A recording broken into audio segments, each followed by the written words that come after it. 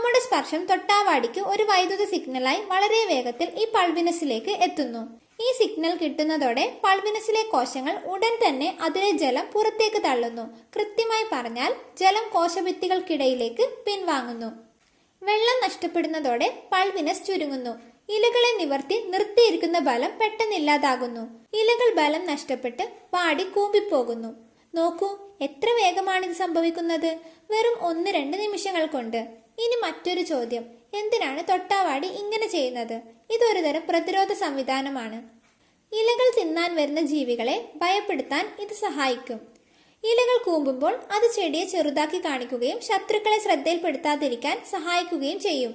കോശങ്ങൾ വീണ്ടും ജലം വലിച്ചെടുത്ത് ഇലകൾ പഴയതുപോലെ നിവർന്നു വരും. അപ്പോൾ കൂട്ടുകാരെ, വെറും ഒരു തൊട്ടാവാടി അല്ല ഇത്. സയൻസിന്റെ ഒരു അത്ഭുത ലോകം തന്നെയാണ് ഈ ചെടി. വീഡിയോ ഇഷ്ടമായാൽ ലൈക്ക് ചെയ്യുക, നിങ്ങളുടെ കൂട്ടുകാർക്ക് ഷെയർ ചെയ്യുക. ഇതുപോലുള്ള രസകരമായ വിവരണങ്ങൾക്കായി ഈ ചാനൽ സബ്സ്ക്രൈബ് ചെയ്യൂ.